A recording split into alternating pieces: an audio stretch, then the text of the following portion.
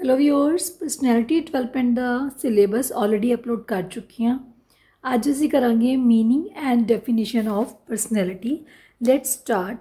The word personality has been derived from the Latin word persona. तो personality जो शब्द है कित्थों लिया गया है? लतीनी भाषा के शब्द परसोना। तो बच्चे इनू कहते इटिमोलॉजिकल मीनिंग। इटिमोलॉजिकल मीनिंग जो तुसी कोई कॉम्पीटिटिव एग्जाम दोगे तो ये अक्सर पूछ लिया जाता है कि ये शब्द कित्थों लिया गया है। तो इनू कहते इटिमोलॉजिकल मीनिंग। ये इहदा बेस की है, कित्थों ये शब्द चक्या गया। विच मीनस द मास्क और dress which actors use to wear in Greek drama.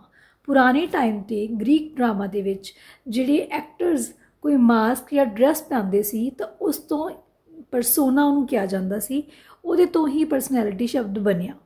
पर यह शब्द बहुत ज़्यादा अधूरा है तो बहुत ज़्यादा इहदी जिहड़ी मीनिंग है छोटा है,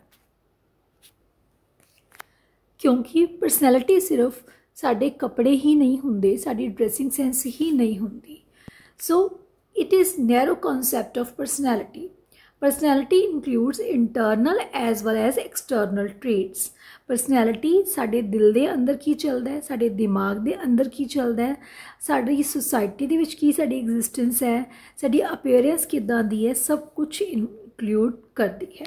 तो हुण असीं कुछ साइकोलॉजिस्ट दे डेफिनेशनस करांगे जो उन्होंने पर्टिकुलर वर्डिंग दे विच पर्सनैलिटी नूं डिफाइन किया हुआ है। डेफिनेशनस ऑफ पर्सनैलिटी।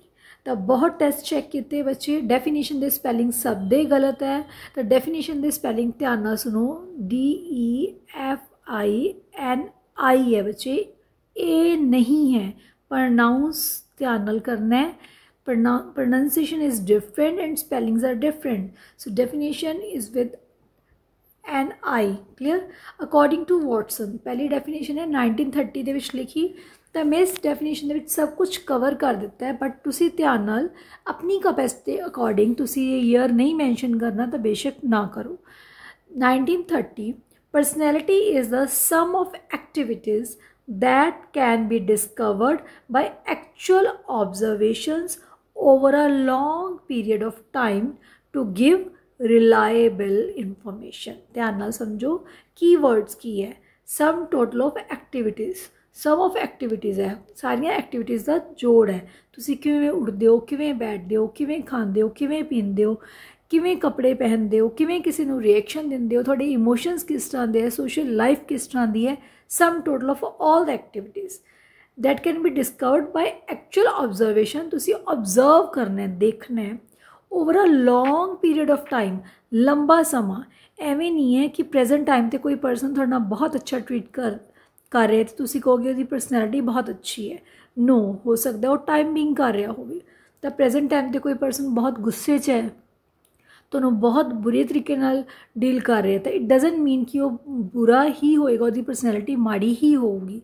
तो ये लॉन्ग पीरियड ऑफ टाइम तो रिलायबल इन्फॉर्मेशन ता ही, सही इन्फॉर्मेशन ता ही मिलेगी। अगली डेफिनेशन है according to Cattell 1970 personality is that which permits a prediction of what a person will do in given situation। Personality की है कि जो दसदी है कि कोई परसन एक पर्टिकुलर सिचुएशन दे विच की करेगा। तो हरेक की पर्सनैलिटी वक्री है तो हरेक कोई डिफरेंट सिचुएशन लिए डिफरेंटली बिहेव करता है। According to Eysenck 1971 personality is more और less stable and enduring organisation of a person's character.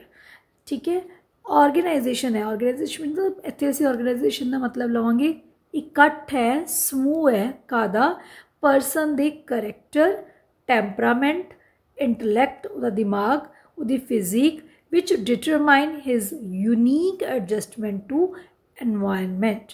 तो ये ऑर्गेनाइजेशन है एक परसन का करैक्टर की है, उहदा टैंपरामेंट, उहदा सुभाव किहो जिहा है, बहुत गर्म है, ठंडा है, नॉर्मल है, किदां दा नेचर है। इंटलैक्ट उहदा दिमाग किदां दा है, उहदी फिजिक वो फिजिकली किस तरह दिखता है। विच डिटरमाइन हिज जिहड़ा कि ये तय करता है उहदी यूनीक एडजस्टमेंट मतलब हरेक बंदे दी इन्वायरमेंट नाल वातावरण नाल अपने समाज दे विच अपनी फैमिली दे विच जिहड़ी एडजस्टमेंट है वो वक्री वक्री हुंदी है। तो वो किस तरह की उहदी एडजस्टमेंट है। तो ये 3 डेफिनेशनस बच्चे मैं लिख दी हाँ। तुसी कोई भी 2 डेफिनेशनस कर सकते हो अपनी कैपेसिटी के अकॉर्डिंग। एक होर मेन चीज़ जो मैं दसना चाहूँगी, प्लीज़ ये जो मैं हाईलाइट किए है ये थोड़ी कंफर्ट लई है, क्लीयर, ताकि तुहानूं याद हो जाए चंगी तरह। बट तुसी एग्जाम दे विच ये हाईलाइट नहीं करके आनी, ठीक है जी। सो इन कंक्लूजन असी कंक्लूजन करांगे।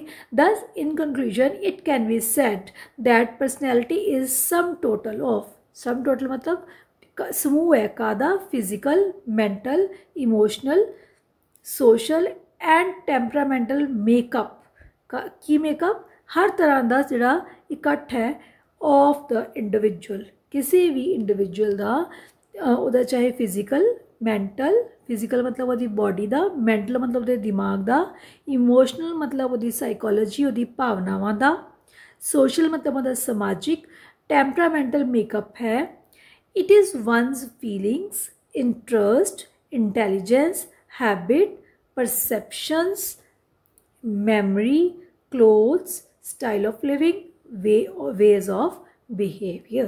तो इन्हां सारे शब्दों के सब कुछ ही कवर हो गया। तो इस इन्हां 3 डेफिनेशन का जो निचोड़ है ये सारे शब्द। थैंक यू, उम्मीद करती हाँ समझ आ रहा है। Please subscribe the channel for further videos. बहुत सारिया वीडियोज़ प्लेलिस्ट के अवेलेबल है BA first year, second year, final के लिए। इस तो इलावा टाइम टू टाइम जो भी कोई टेस्ट निकलता है, रिजल्ट्स आते हैं तो अपडेट दिंदी रहती हाँ। तो प्लीज़ सबसक्राइब द चैनल ताकि थोड़ा पता चल जाए जो भी अपडेट आया। Thank you, God bless you.